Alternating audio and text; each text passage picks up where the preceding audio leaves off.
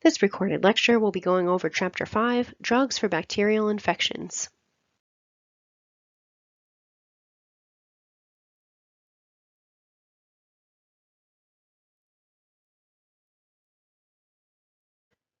An infection is an invasion of body tissue by disease-producing pathogens that multiply and produce toxins that react in a dangerous way and produce illness in a host organism. Infections can be caused by bacteria, viruses, parasites, fungi, and insects. Many types of organisms are always present on or in the skin, mouth, intestinal tract, and vagina of a healthy person. These organisms are collectively known as normal flora and are considered non-pathogens because they usually do not cause infection. Normal flora can cause infection when a person has a very low immunity, when the organisms are present in excessive amounts and overwhelm the body, or when they are located in the wrong place. Infants, young children, people with AIDS, anyone receiving cancer chemotherapy, anyone who is taking a drug that suppresses the immune system, and older adults have the greatest risk of infection. Antibiotic use can upset the balance of normal flora in the body and cause a yeast or fungal infection to occur. Candida is a common body yeast that often overgrows to cause a fungal infection. When a person is given antibiotics to kill infectious bacteria, normal flora are also killed. When the barrier weakens, yeast infections can occur. If a yeast infection occurs after antibiotic therapy, it is known as a secondary infection or superinfection. Some evidence supports the use of probiotic bacteria with an antibiotic as a strategy to prevent yeast infections. Probiotic bacteria can be found in many foods and in capsule form. Yogurt, dark chocolate, miso soup, pickles, and sauerkraut are some foods that can be easily added to a diet. An organism that is expected to cause infection, even among people with a strong immune system, is known as a pathogen. Bacteria are a large domain of single-celled microorganisms that exist everywhere. Bacteria can be both beneficial and dangerous. Bacteria have different shapes and characteristics. They are shaped as rods, spheres, or spirals, and they can survive with oxygen or without. When stained with a Gram solution, they could stain violet or red. This complex cell wall makes gram-negative bacterial infections more difficult to treat. It's harder for an antibiotic to penetrate the gram-negative bacterial wall. Fungi are everywhere and exist by absorbing nutrients from a host organism. A fungal infection is called a mycosis. Common human parasites include worms, amoebas, and protozoa.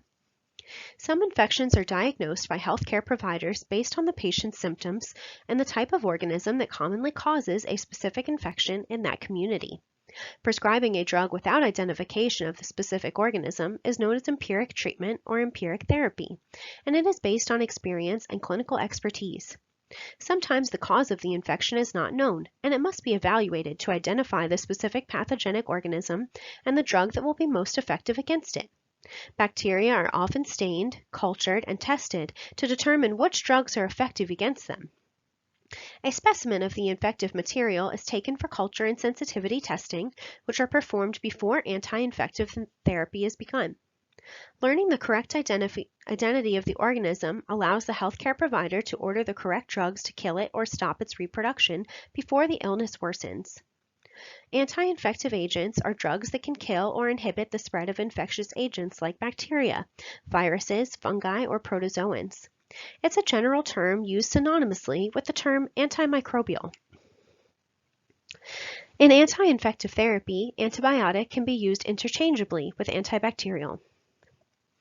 Overuse or unnecessary use of antibiotics has led to problems in infection management.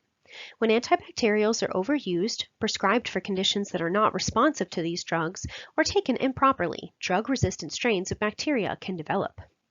Organisms that can be killed or have their reproduction suppressed by anti-infective drugs are known as susceptible. Those that are neither killed nor suppressed by anti-infective drugs are resistant organisms. When an organism is resistant to 3 or more types of drugs to which it is once susceptible, it is termed a superbug or multi-drug resistant organism. Infections caused by resistant organisms cost more to treat, increase the length of hospital stays, and lead to higher mortality rates. Drug resistance has developed in many disease-causing bacteria, viruses, retroviruses, fungi, and some parasites.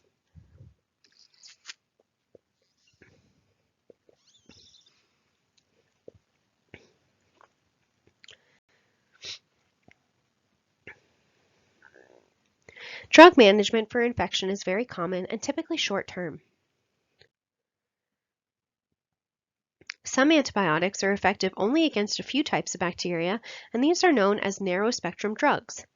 Drugs that are effective against more types of bacteria, including both gram-negative and gram-positive bacteria, are known as broad-spectrum drugs.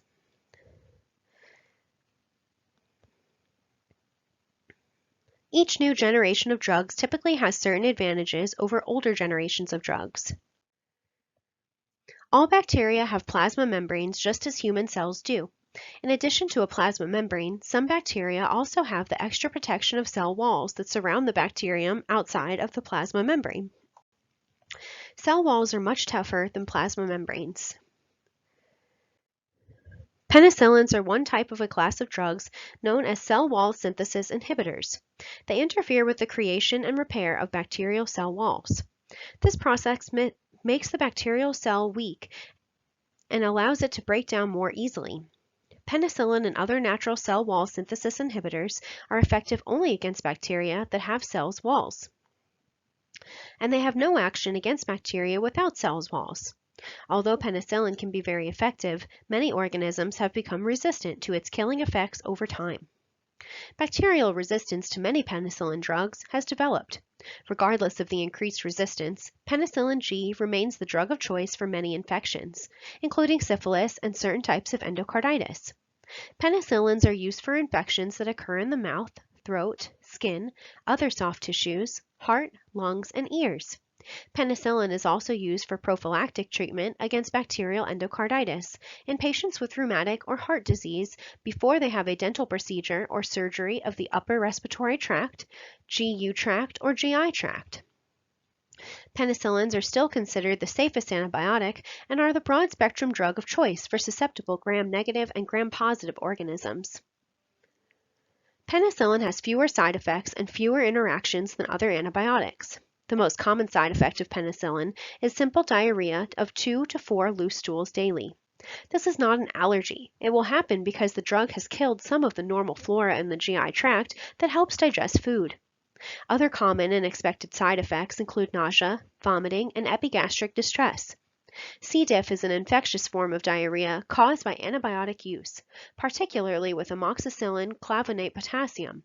If C. diff is suspected, you should notify the healthcare provider and obtain a stool culture before treatment with another antibiotic.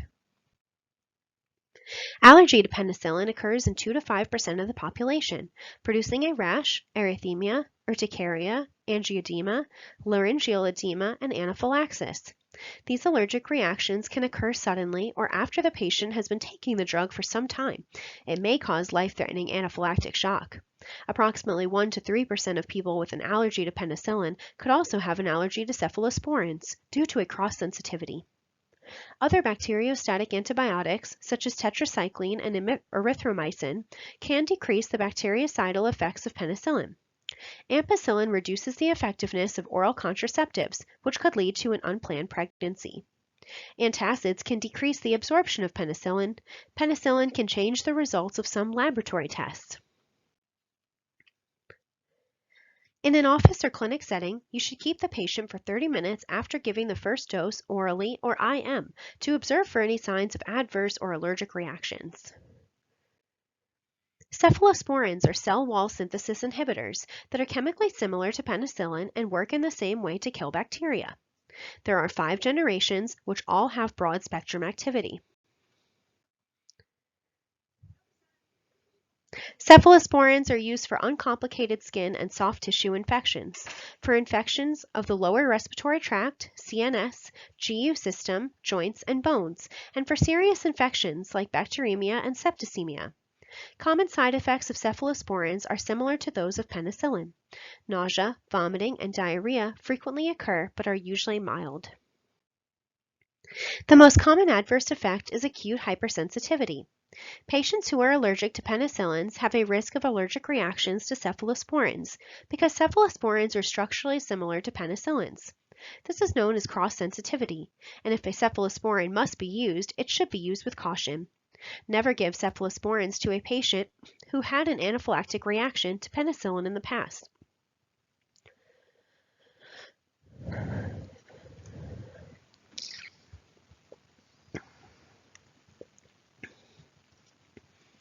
Nephrotoxicity has been reported with some cephalosporins, and the incidence is greater among the older adult population and those with poor renal function. There could also be severe pain at the injection site. Alcohol taken with cephalosporins may produce a disulfiram reaction. Antacids and iron will cause a decreased absorption of some cephalosporins, and probenecid can decrease the elimination of the drug. Many cephalosporins can be given IV or IM route because some formulations are not absorbed well by the GI tract. Two other powerful cell wall synthesis inhibitors are vancomycin and a group of drugs known as carbapenems.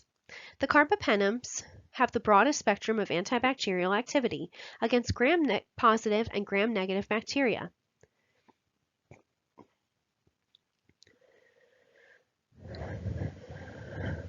These drugs typically are used for infections caused by MDR bacteria in hospitalized patients. Side effects and adverse effects are severe, and the use of these drugs is typically limited to treatment of severe and life-threatening bacterial infections. Vancomycin is used to treat MRSA and other drug-resistant infections. Vancomycin-resistant enterococci and CRE exist. Enterococci are bacteria found in the intestines and in the female genital tract. And Enterobacteriaceae, such as E. coli and Klebsiella, are typically present in the intestines. These drugs can be given by IV push or infusion over an hour or more in an acute care setting. Dosages and schedules will be based on the patient's weight, their organ health, and the severity of the infection. Vancomycin has an oral form that can be used to combat the pseudomembranous colitis caused by C. diff. Nausea, vomiting, diarrhea, headache, rash, fever, and chills can all occur with these powerful drugs. Vancomycin will cause flushing and hypotension. An unusual response is a deep red rash on the upper body, known as red man syndrome. This reaction is a response to histamine release. Slowing the infusion rate and pre-treating the patient with antihistamines and an H2 receptor blocker can offer protection against red man syndrome. Carbapenems can cause adverse CNS effects like confusion and seizures. Vancomycin and carbapenems in high doses can produce nephrotoxicity and ototoxicity. Carbapenem can reduce the activity of valproic acid, which is given to prevent seizures. Vancomycin will add to the toxicity of antibiotics like aminoglycosides and other drugs that are ototoxic or nephrotoxic. Tetracyclines are a group of antibacterial drugs classified as protein synthesis inhibitors. All protein synthesis inhibitors enter the bacterium and interfere with the bacterial process used to make important proteins needed for growth. If the bacteria cannot make protein, it will not be able to reproduce or it will die. This means that the bacterial reproduction is reduced and the patient's immune system must then rid the body of the organism. The tetracyclines are broad-spectrum drugs that are similar to penicillins in that they are effective against many gram-negative and gram-positive organisms. Tetracyclines are therefore the first choice for treating only a few diseases, like acne, UTIs, infections in the skin and respiratory tract, Lyme disease, stomach ulcers caused by H. pylori, chlamydia, Rocky Mountain spotted fever, typhoid fever, STDs, and inhalation anthrax exposure. Tetracyclines commonly produce mild episodes of nausea, vomiting, and diarrhea that may require stopping the drug. Tetracyclines increase the sensitivity of the skin to sun, and severe sunburns are possible, even among people with dark complexions. Use of tetracycline is contraindicated in women who are pregnant or breastfeeding and in children younger than 8 years. Tetracycline should be used with caution in patients with poor liver function because the drug may cause liver toxicity. In high doses, tetracyclines can decrease kidney function. Persistent dizziness, blurred vision, ringing in the ears, confusion, and headache can occur, and it may indicate increased pressure inside the brain. Food, dairy products, aluminum, magnesium, and calcium interfere with the intestinal absorption of tetracyclines. For this reason, tetracycline is best taken with water or on an empty stomach 1 hour before eating or 2 hours after eating. Macrolides are protein synthesis inhibitors that work in the same way as tetracyclines. Macrolides are either bactericidal or bacteriostatic, depending on the organisms and the dose used. The macrolides are effective against many of the same infectious organisms that are sensitive to penicillin. Macrolides are used as alternative to penicillin for patients with a penicillin allergy and for infections caused by the organisms that are resistant to penicillin. These drugs are effective against aerobic and anaerobic gram-positive cocci. They are not effective against MRSA or other types of staphylococcal bacteria and some types of streptococci. The most common side effects of macrolides are associated with the GI tract and include mild abdominal pain, nausea, flatulence, and diarrhea. These drugs increase the sensitivity of the skin to sunlight. Macrolides can impair with the liver and cause jaundice. When macrolides are given intravenously, phlebitis and other types of vein irritation are common. Macrolides, which are protein-bound and metabolized by the liver, can have numerous drug interactions. Macrolides enhance the actions of digoxin, theophylline, warfarin, cyclosporin, and carbamazepine. Anesthetic agents and anticonvulsant drugs can interact to cause high serum drug levels and toxicity. The major differences between erythromycin and newer macrolides are better GI tolerability, a broader spectrum of activity, and reduced dosing frequency for the newer products. Stomach acid inactivates erythromycin. This is the reason that erythromycin is prepared as an enteric-coated drug combined with other products to form different drugs like erythromycin base, erythromycin estolate, erythromycin ethinyl succate, and erythromycin stearate. Many macrolides should be given orally or parenterally. Topical application should be avoided to prevent sensitization. Drinking extra fluids to ensure a minimum urine output of 1,500 milliliters will decrease the odds of renal toxicity.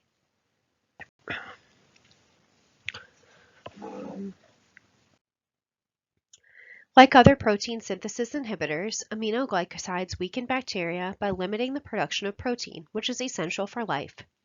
Aminoglycosides like gentamicin and amikacin are used in the treatment of serious anaerobic gram-negative infections, including those caused by E. coli, Serratia, Proteus, Klebsiella, and Pseudomonas. Aerobic gram-negative bacteria, mycobacteria, and some protozoans. When given IV, aminoglycosides irritate the veins. Additional common side effects include nausea, vomiting, rash, lethargy, and fever. Aminoglycosides can cause serious adverse effects, including damage to the kidney, that is usually reversible if the drug is stopped quickly. They can also produce permanent damage to the inner ear, hearing impairment, dizziness, loss of balance, ringing in the ears, and persistent headache or other types of neurotoxicity, particularly with drugs like gentamicin. Aminoglycosides have narrow therapeutic range. This requires that the sample for the antibiotic level be drawn just before the next scheduled dose is given. This sample will show the lowest blood level of the antibiotic rather than a blood level at a higher range. Aminoglycoside dosage is calculated on the basis of the patient's weight. This dosage is adjusted according to creatinine clearance so that a therapeutic level is maintained without nephrotoxicity.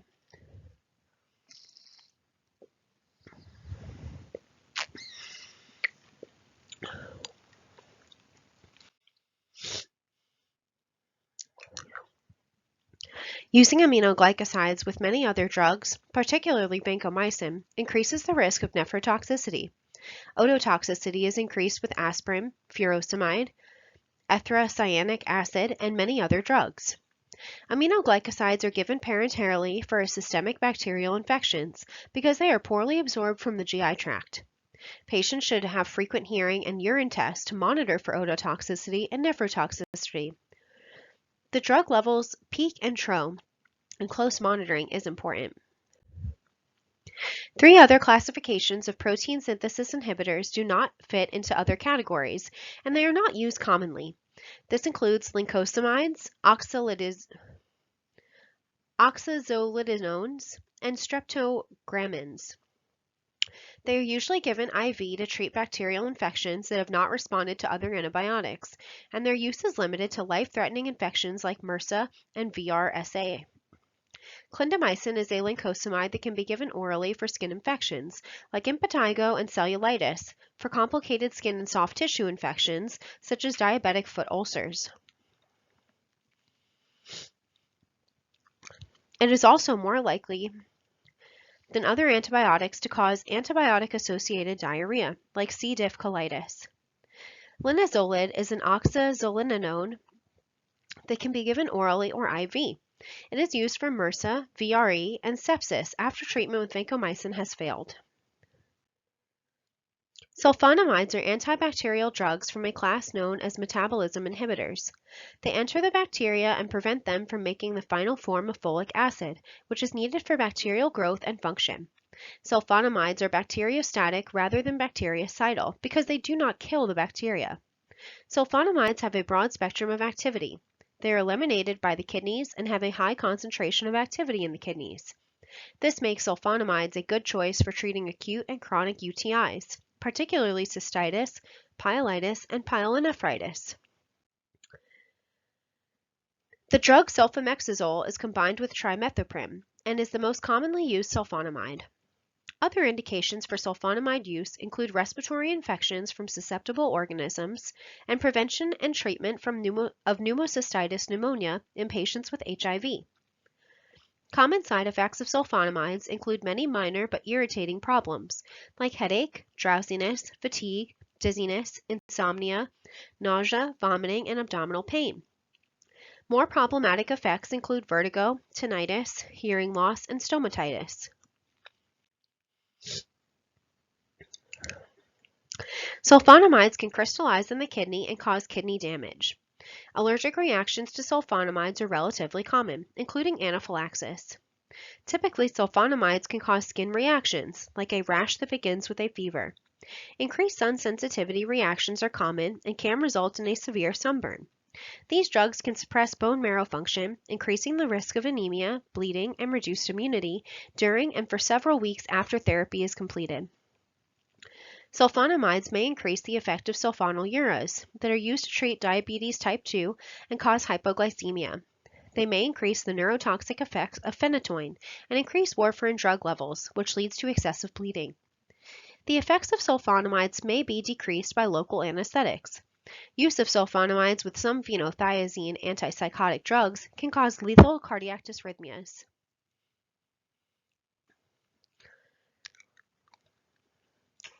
Warn the patient to stay out of the sun because severe photosensitivity can occur if the patient's skin is exposed to excessive amounts of sunlight or UV light. Sulfonamide dosage depends on the severity of infection being treated, the drug used, and the patient's response to and tolerance of the drug. Sulfonamide should be taken with food, milk, or a full glass of water to minimize stomach irritation. To prevent the formation of crystals in the urine, the patient must drink at least 1.5 liters per day unless this is contraindicated. Fluoroquinolones destroy bacteria by inhibiting two enzymes needed for DNA synthesis and reproduction. They are a type of bactericidal DNA synthesis inhibitor. All 4 generations of fluoroquinolones are effective against gram-negative pathogens. They are primarily excreted by the kidneys, making them a good choice for treating complicated UTIs. These drugs are also used for the treatment of respiratory, GI, gynecologic, skin, and soft tissue, bone and joint infections. Nausea, vomiting, diarrhea, abdominal pain, and headache are the most common side effects of fluoroquinolones. These drugs concentrate in the urine, making them more irritating. This problem is reduced by having the patient increase his or her fluid intake to dilute the urine. Arthropathy can occur, especially in children who are receiving fluoroquinolones. Life-threatening heart rhythm changes can occur if fluoroquinolones are used with antidysrhythmic drugs such as quinidine, sotalol, or amiodarone. Fluoroquinolones are generally contraindicated for patients on antidysrhythmics. Tingling, burning, and numbness in the feet and hands can occur. Fluoroquinolones should be taken 2 hours before or 4 hours after multivitamins, minerals, antacids, and iron because these agents will reduce the absorption of the antibiotic by as much as 90%. Dairy products and enteral tube feedings will reduce the absorption of fluoroquinolones.